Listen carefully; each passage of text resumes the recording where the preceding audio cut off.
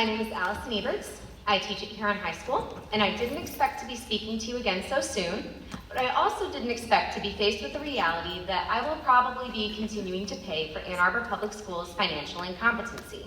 When I was a kid, I learned how to be financially responsible. I learned that when you spend, you can only afford what you have the money to pay for. As of now, it does not seem like you know how to plan to be financially responsible unless the plan is to continue to put educators at the very end of the priority list. Besides putting teachers last, what is your plan? Since you're waiting until the end to see if there is money left for teachers, what is the plan? Besides dedicating thousands of dollars to creating a traffic plan at Huron that is not even enforced, what is the plan? Did you plan to buy furniture that is so poorly made it breaks and falls apart multiple times a day? In fact, the crashing sound of a brand new table breaking sent a student in the classroom next to mine into a seizure. Was that part of the plan? Is the plan still to pay longevity bonuses ranging from an agreed $50,000 for staying through 2018 and $90,000 through 2020 to a recipient who is trying so hard to leave? That's in addition to her $200,000 base salary that would have gone up $10,000 in 2018 and will go up another $10,000 in 2020.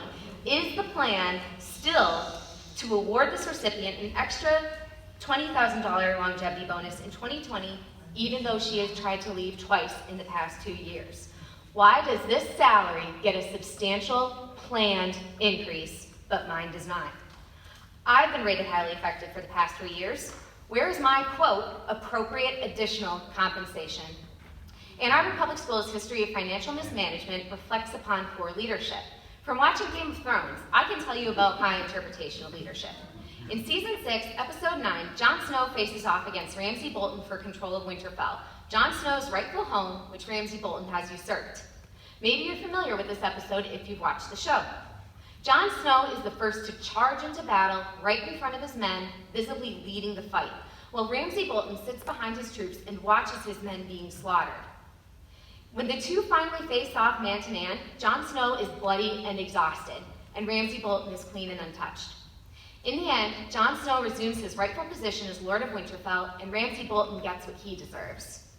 Jon Snow is the leader the people of Winterfell deserve. What we deserve right now is leadership that is going to fight for us instead of watching us suffer because of the situations they've put us in. The mantra of lead, care, inspire has certainly become phony in my eyes. Those who should be leading me are only causing me stress and anger.